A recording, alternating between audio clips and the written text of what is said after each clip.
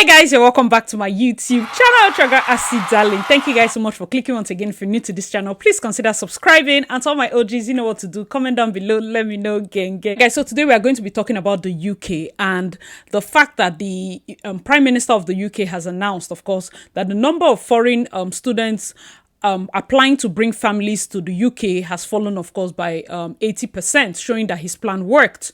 Earlier this year, they announced that foreign students no longer can bring their family members, and reporting as at this first quarter that it has fallen, because it was last year they said that by January they will stop. So I think most people refuse to, proceed because many people want to come with their families. There's no point separating families, okay? So I'm going to read this post. Shout out to Instablog for putting it. I'll read first from Instablog. It says the number of foreign students applying to bring family members to Britain has dropped by 80%, new figures show. British Prime Minister Rishi Sunak, in a statement on Wednesday, May 1st, said the figures mean that his changes to the country's visa system were working. Home Office data reveals that more than 26,000 fewer student visa applications were made from January to March 2024 compared to the same period last year. Restrictions which bar most foreign students bringing their dependents into UK while they study came into force January 1st. Across three visa categories reformed by the Home Secretary, James Cleverly, this year, there was a 24% drop in applications overall. That's what the figures show. And Rishi, of course, he took to his Twitter or X. He took to X to drop this particular comment. He said, the number of students bringing family members and dependents to the UK was too high. This wasn't fair. Our changes are working. Student dependent numbers are now down by 80%. Guys, let me know your thoughts in the comment section. Shout out to Money Control. We got this other one, like a more comprehensive breakdown from them. It says the measures to tighten study visa. The title of this, in case you want to look it up, says 80% fall in number of dependents accompanying students to the UK. The measures to tighten student visa came into force in January, have prevented most international students starting courses this year from bringing their family members in the UK. That's what the government said. For me personally, I don't think that some of them went ahead with the application. Maybe the ones that are single or the ones that are like younger applicants, but those that have full families, I don't think many of them proceeded to come to the UK knowing fully well they can never bring their families. Spending the tuition fee is really high for international students. Guys, let me know your thoughts in the comment section. So the write-up went on to describe, it said the number of dependents accompanying students to the UK has plunged almost 80%, with over 26,000 fewer student applications made from January to March compared to the same period, okay? So the government said the measures to tighten study visa, which came into force in January, have prevented most international students starting course this year from bringing their family members, just like I read. It said students can also no longer switch their visas by completing their courses. This is something that is very important. I want you guys to note. Understand one thing, when I do these videos, I'm not trying to advise, I'm not trying to deter, I'm just trying to give information. Remember, ASI does not give advice. ASI gives gist. So this is the gist I'm giving you. Gist happening in the UK.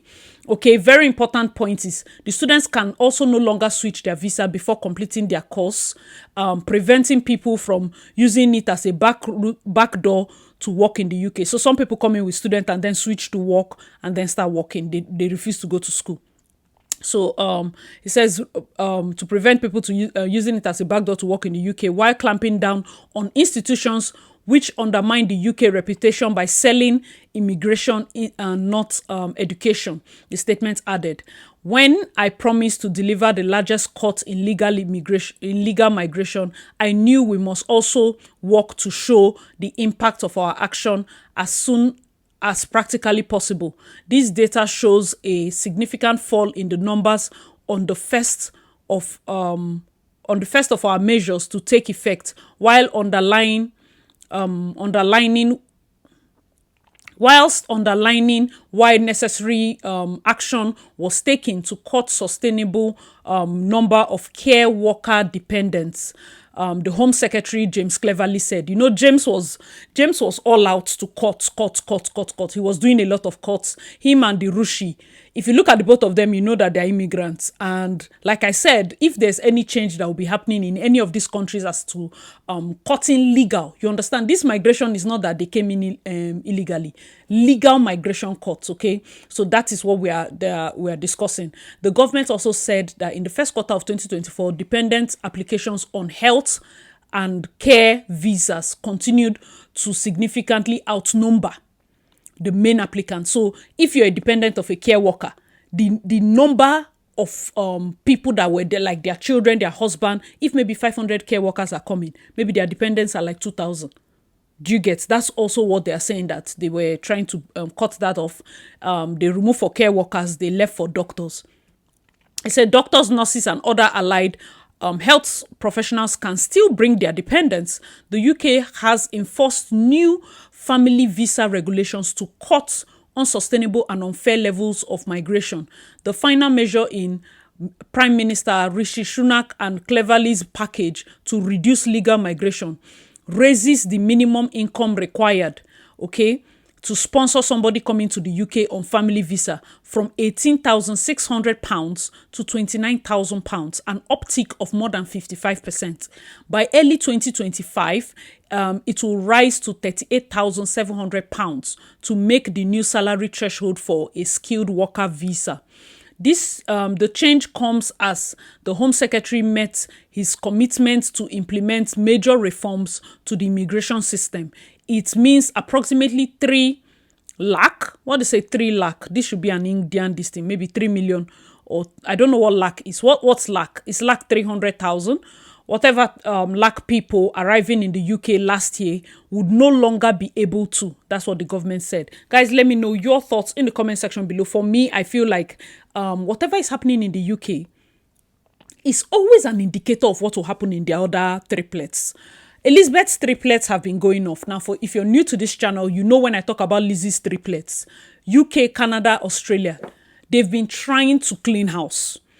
Those that know UK know that right from time, it has not been a place that appeals a lot to me because, of course, first, they are colonizers. Second, it's not all that.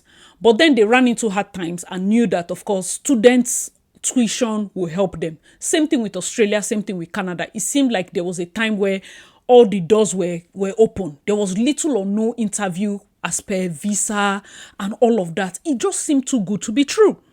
Now they are closing the doors. It seems people do not know how to watch. When you say read the handwriting on the wall, anything you see UK doing, let it be an indicator of what Canada will soon start introducing. Do you understand that kind of thing? Like for me, I feel like when when they stopped spousal, guess what? Our own started and said for college students, no more spouse. Now they are reporting that, oh, it has fallen 80%. Guess who is going to do a press conference and say the changes have now introduced this? Because everybody's working for election. Elections are coming soon. Guys, let me know your thoughts. People in the comment section, of course, were very funny. I'm going to read a couple of comments. People are saying, first person said, do people still go to the UK? Yes, I visit at times, but as someone who travels a lot, dearest Nigerians, there are other wonderful European countries you can go and even study with less than 5 million. Finland, Denmark, Netherlands, and so on. You know, one thing with Finland, Finland people are still very racist. I think same with Denmark. And it's the thing with other parts of Europe is that they all have their pockets of languages. Even if you wanted to go to Norway, you enjoy Norway for a while, you learn Norwegian. If you go to Finland, you have to learn Finnish. If you say you want to go back to Sweden, you have to go and learn another language. Like if they all even had one European language, it will help that you learn one language. You can now go in between Sweden, Finland, you know, all the Scandinavian countries have their own pockets of languages. I feel that's also what deters people, because if you find a footing in Finland, you've learned a little Finnish. If you want to go to Germany, you have to learn German. It's a lot. Guys, let me know your thoughts, okay? So somebody's like, so what happened to your Q1 revenue in the same line? You think you're doing us? This is one part that I feel like as the government, they will not mention first. Q1 revenue really tanked in the UK, because if students are not coming simply because, of course, I can't leave my wife and kids and you're expecting me to pay £18,000. If all that revenue did not come for January to April, as much as you're in a shining light in the eyes of the UK citizens, they should also know that you needed funds. Like the economy needs some intake. Guys, let me know your thoughts. So it seemed like he's not putting so much pressure on the fact that revenue dropped, internally generated revenue, one of which comes from education, foreign education. It's not everything, but it is a lot. I did a video once and I was saying, like, UK universities are going bankrupt. And I remember a comment, oh my God, I just remembered because it's deja vu.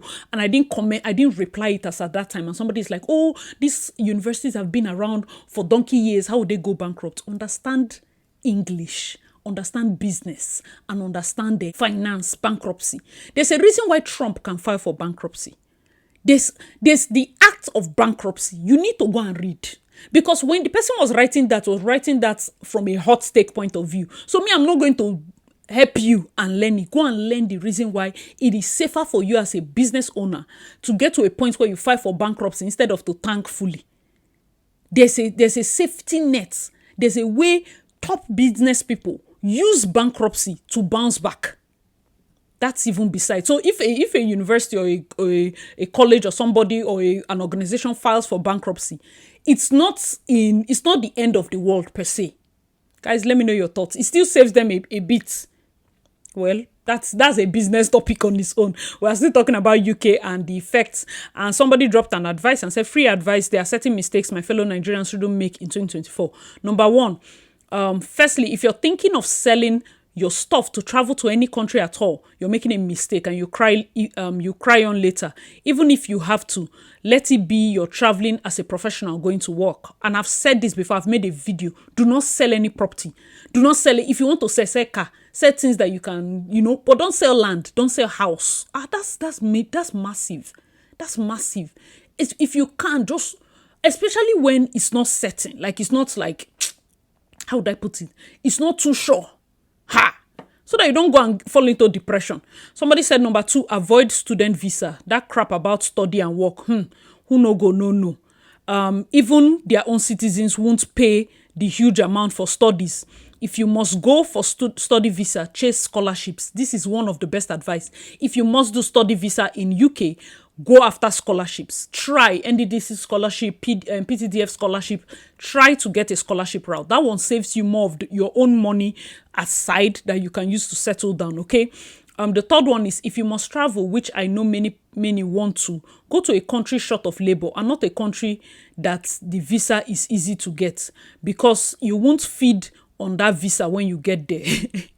Yes, there's a country short of labor one, but please also go to a place that is conducive for you, your skin color. Don't go to a place where you're standing out too much. That's why people are going to these favorable places. But still, as much as you can go to Europe, go to other places. I mean, Germany has a lot of blacks too, okay? So the fourth one, of course, is when you finally get the visa and you board the plane, make sure you leave your bad habits behind at MMA. The fourth advice, get white. This is somebody that was just dropping that. Guys, let me know your thoughts in the comment section below. So somebody, of course, dragged Shunak again and said, show us your revenue and gross profit numbers. You can't be showing us KPIs and not include the corresponding metrics and impact. Guys, let me know your thoughts. And for me, I feel like every country must have prepared. If you're going to reduce, you must have prepared, because the truth is they cannot sustain the amount of people they keep bringing in. UK is not even like Canada. They don't even have the land mass. They don't have the housing. Even if they wanted to build, they don't have so much space. In the, like, compared to Canada, I feel like our own is just, we don't have the excuse to not. It just seems like our own, will I say, our problem is policy based. Or the problem of Canada is policy based. There are lots of policies that have to change, you understand, that will accommodate. Even the migration must not be all concentrated in one place. There are policies that will ensure that migration is centered at certain areas that need the migration, because in Canada, there are regions that need people. But then, because the policies are not direct enough, you can't send those people to those places and be sure that they are there. So if you make certain policies and say, okay, if you want PRU in a shorter time, it has to be in this community or this community. I'm telling you that if people are concentrated there, they will find businesses, they will do things, they will, I mean, the factories will come in, the houses will come in, because they know that people are going to be there.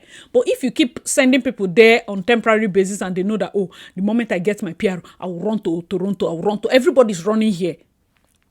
So what is the incentive for them to move to a different, city? So that will be it for me. And guys, let me know your thoughts in the comment section below. I want to ask, do you know anybody that is going to the UK that has a family that still says, you know what, I'll still go to the UK? Let me know your thoughts. And for those of you that are planning UK and now probably you've started watching me based on you're now looking at Canada, let me know your thoughts and what country you're watching this from. I would really love to hear that. All right, guys, thanks so much for watching. I'm your girl, Acid Darling. Please check out my other videos and I'll see you in my next one. Bye, guys.